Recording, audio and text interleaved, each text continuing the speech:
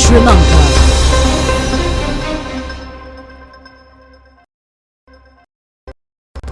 Good evening and welcome to the National News broadcast, bringing to you live from the National News Studios here at the ChannelEye Rupavahini Corporation.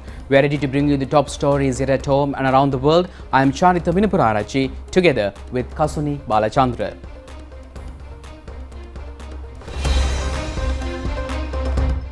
Many state leaders arrive in London for the royal funeral. President Ranil Wickremesinghe pays last respects to Queen Elizabeth II. The national television will telecast the funeral from 3 p.m. tomorrow. Pesticide Registrar Office emphasizes that media reports on importing poisonous rice are totally false. Farmers charge that paddy storage facilities have not been opened. The Prime Minister says speedy solutions will be found to problems related to purchasing paddy. Colombo International Book Fair is filled with people. A tsunami warning issued to Taiwan. On to those and other stories in detail now, and starting off with the top story. The world leaders are arriving in London ahead of the Queen's funeral tomorrow, with 500 heads of states and foreign dignitaries invited. The Queen's funeral will be screened in parks, squares and cinemas across the United Kingdom, the government confirms. The Queen to see the Queen. The line in state will be closed later today. The queue time is now estimated to be about 14 hours. Mourners are being asked not to set off to join the queue, not to avoid disappointment. The public will be able to see the coffin in Westminster Hall until 6:30 British Standard Time tomorrow. The London Ambulance Service says it has treated more than 1,000 people who have been queuing in seeing the Queen Elizabeth II lying in state since Thursday. One of the UK's biggest transport operations will take place tomorrow as mourners descend on London for the Queen's funeral. Transport for London is bracing for around 1 million people to visit the capital. Around 250 extra rail services will run, including some overnight trains, and national highways has suspended planned motorways closures across England. There are fears the transport network will be overwhelmed on Monday afternoon if too many people visiting the capital travel home immediately after the funeral procession leaves Westminster for Windsor shortly afternoon. The Met Police says from 5 a.m. mainly roads in central London will be closed. Big Ben will be struck tonight to mark a national moment of reflection. The famous bell in the Elizabeth Tower will be struck once to mark the start of the minute silence at 8 p.m. British Standard Time tonight, and again to mark its second, the UK Parliament confirmed in a statement. Big Ben will also ring on tomorrow at 1-minute intervals as the Queen's state funeral procession departs from Westminster Abbey.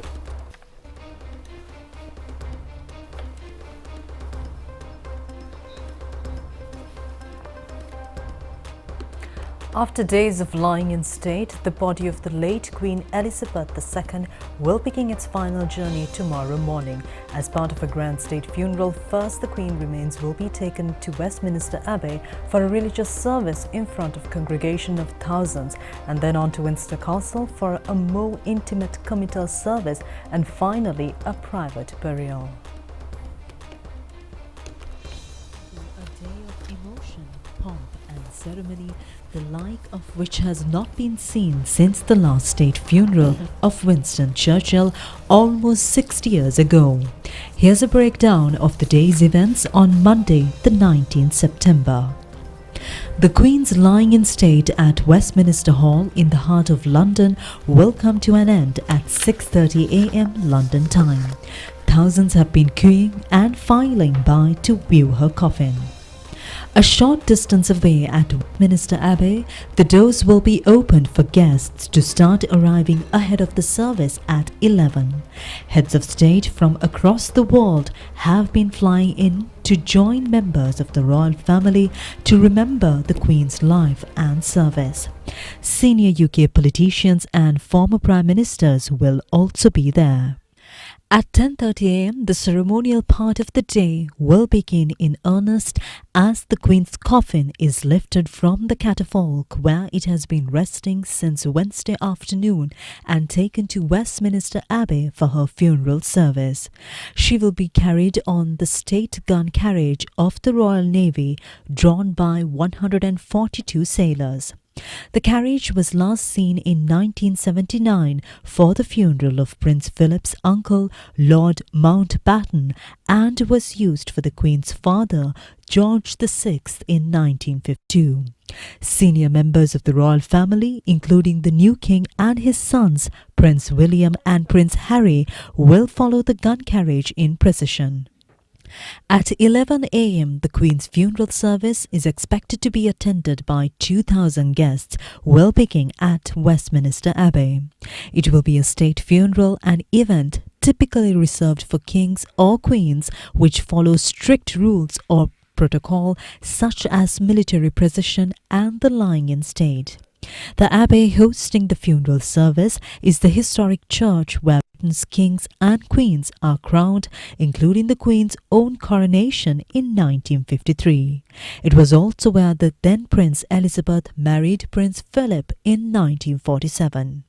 At 11:55 following the service, the Queen's coffin will be drawn in a walk-in procession from the abbey to Wellington Arch at London's Hyde Park corner. With the route lined with military personnel and police, Big Ben will toll at 1-minute intervals as the procession moves slowly through the streets of the capital. Gun salutes will also fire every minute from Hyde Park. People can watch the procession in person from designated viewing areas along the route. Once at Wellington Arch at about 1300, the coffin will be transferred to the new State Hearse for its final journey to Windsor Castle. At 4 p.m., the coffin will enter St. George's Chapel for a committal service. St. George's Chapel is the church regularly chosen by the royal family for weddings, christenings and funerals. It is where the Duke and Duchess of Sussex, Prince Harry and Meghan were married in 2018 and where the Queen's late husband Prince Philip's funeral was held. At 4:45 p.m. the committal service will come to an end and the King and members of the royal family will leave the chapel. That evening, at a private family service, the Queen will be buried together with her late husband, the Duke of Edinburgh, at the King George VI Memorial Chapel located inside St. George's Chapel. Her marble slab will be engraved Elizabeth II, 1926 to 2022. President Ranil Wickremesinghe paid his last respects to Queen Elizabeth II today. The President will attend the funeral services at Westminster Abbey tomorrow.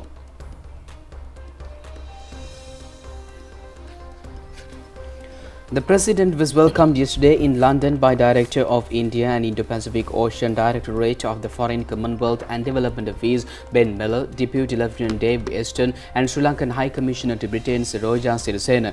President Wickremesinghe visited the Westminster Hall this evening to pay his last respect to the late Queen Elizabeth II.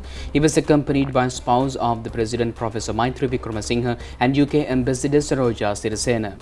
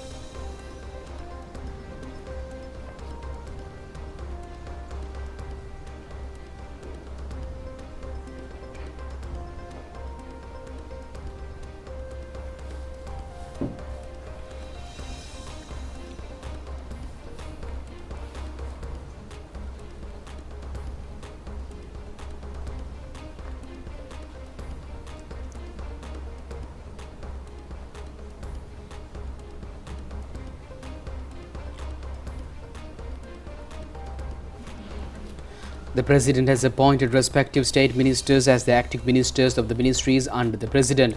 Accordingly, Pramita Bandara Tennakon has been appointed as the acting Minister of Defence, Ranjit Singh Palapitiya as the acting Minister of Finance, Economic Stabilisation and National Policy, Geeta Kumar Singh as the acting Minister of Women, Child Affairs and Social Empowerment, Kanaka Herath as the acting Minister of Technology and Dilum Amunugama as the acting Minister of Investment Promotion.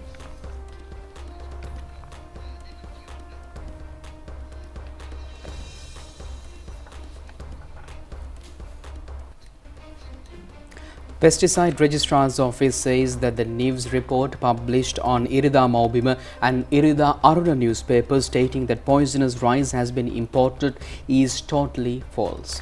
Acting Pesticide Registrar General Lasantaran Ratnavira has emphasized that his office has not conducted any such tests since January this year.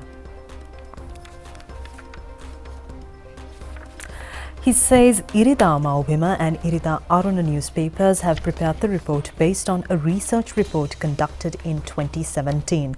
The acting Pesticide Registrar General says that there are shortcomings in the report and such false news can lead the public to unrest.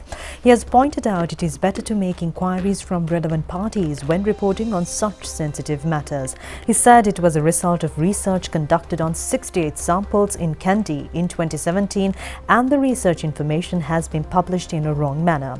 He said that usually heavy metal prevails in small quantities and the measurements are done in 1 to 1 million parts. The report has mentioned that those quantities in percentages. He has said that there is no such method to weigh heavy metal and it is also not practical. Therefore, he has said that the news report has published without properly studying a research report. Mr. Ratnavira has emphasized that there is no basis of such reporting if it is not relevant to the tests on rice conducted since January this year. Secretary to the Ministry of Commerce and Food Security, Sisira Kudikara, said that a complaint would be made to the CID for trying to mislead the public by giving wrong sources by the news report in connection with the incident. The Government Information Department has paid its attention on the news reports published by certain media stating that poisonous rice has been imported. The statement issued by the Government Information Department said that there is a possibility to mislead the public when considering the way the news report has been published and its content. Government Information Department has emphasized it cannot be rejected the attempts to leak such a false statement by the elements committed to destabilize the country when the government is trying to overcome the most serious economic crisis faced by the country in its history. Therefore, the statement has expressed belief that responsible media organization would not support such elements. And meanwhile, the paddy farmers in the Polonnaruwa and Anuradhapura districts say that they are facing severe difficulties as they have not been able to sell their harvest. They said that they are facing the problems of the Paddy Marketing Board has not opened its storage facilities to purchase the paddy harvest. The farmers said private traders are taking measures to purchase the paddy harvest at low rates amidst the difficulties they are facing. A group of farm organization representatives of the Polonnaruwa district mentioned this during a media briefing today. Farmers in Anuradhapura district say that they have decided to refrain from cultivating paddy at the Maha season if the government does not purchase their harvest.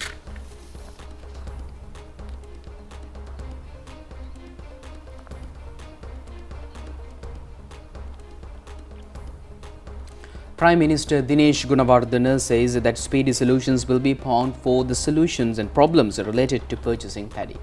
He emphasized that steps will be taken to strengthen them without forgetting the farming community.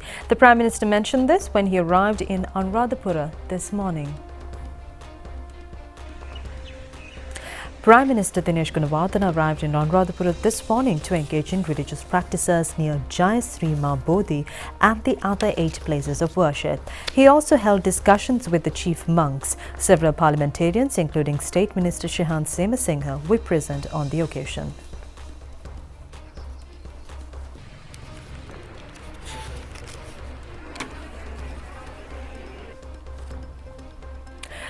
A discussion to inform district secretaries and divisional secretaries was held recently at the President's Media Center for the implementation of the multi-sector combined mechanism for empowering rural economic revitalization centers to ensure food security and nutrition, introduced under the patronage of President Ranil Wickremesinghe.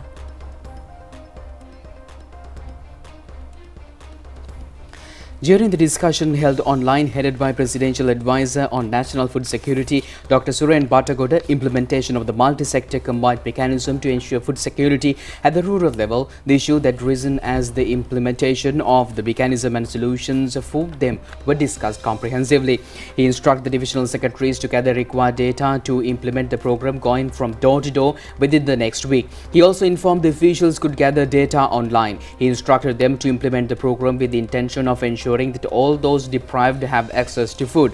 During the discussion, the issues that arisen in the establishment of rural economic revitalization centers as lack of sufficient fertilizer for cultivation, storage of seeds, lack of fuel to operate agricultural machinery, lack of pesticides, animals damaging crops and difficulties in marketing the surplus harvest were discussed. Dr. Suren Bhattagoda pointed out that measures have already been taken to provide immediate solutions to these issues, and measures have been taken already to import fertilizer and insecticides as necessary arrangements have been made to provide a fuel quota under the QR code.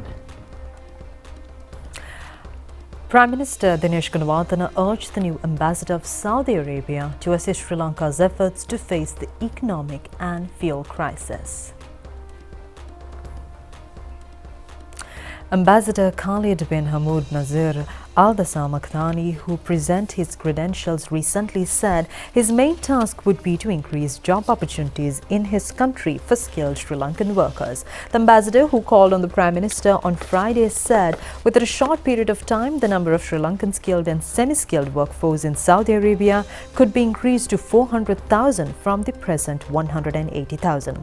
The Prime Minister said that the newly introduced relaxed visa regulations and investment facilitation schemes of Board of Investment will help to attract more Saudi investors to Sri Lanka. The Prime Minister said Saudi Arabia has the opportunities to invest in energy, fisheries and agricultural sectors. He thanked for the support and assistance provided to Sri Lanka under renewed assistance programs of the Saudi Development Fund, as well as to help early recovery from current economic problems.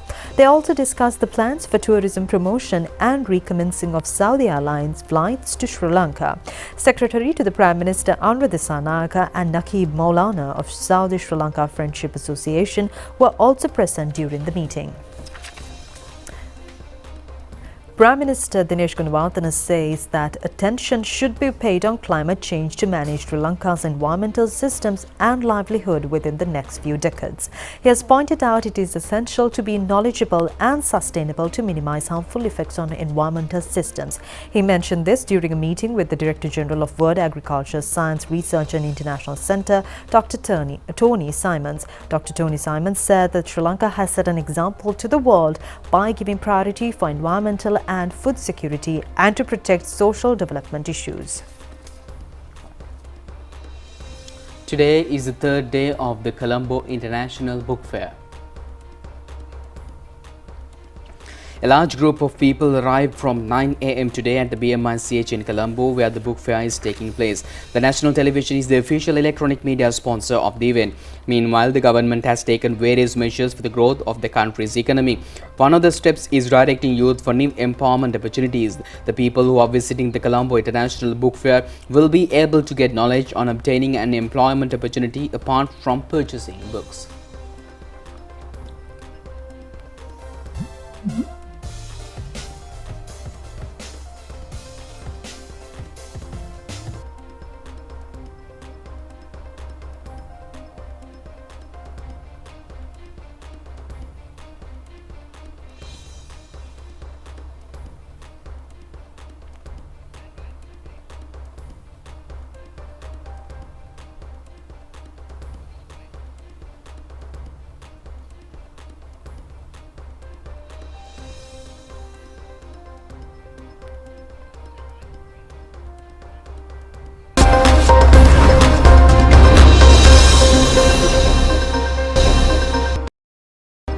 Welcome back, and in your foreign news tonight, a magnitude of 6.9 earthquake struck Taiwan's southeastern coast on Sunday, with at least one building collapsing and train cars derailed.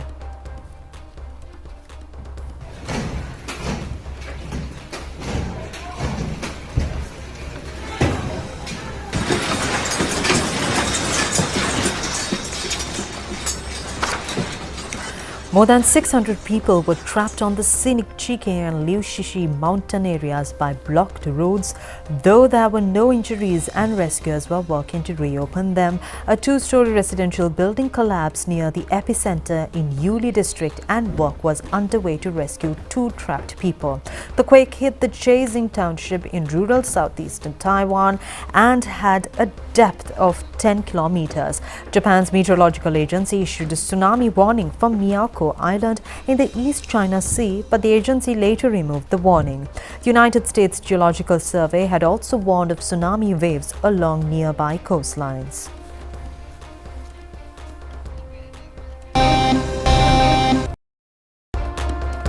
Welcome back with your sports update. And Sri Lanka beat South Africa in another match held for the Road Safety World Legend Series held today.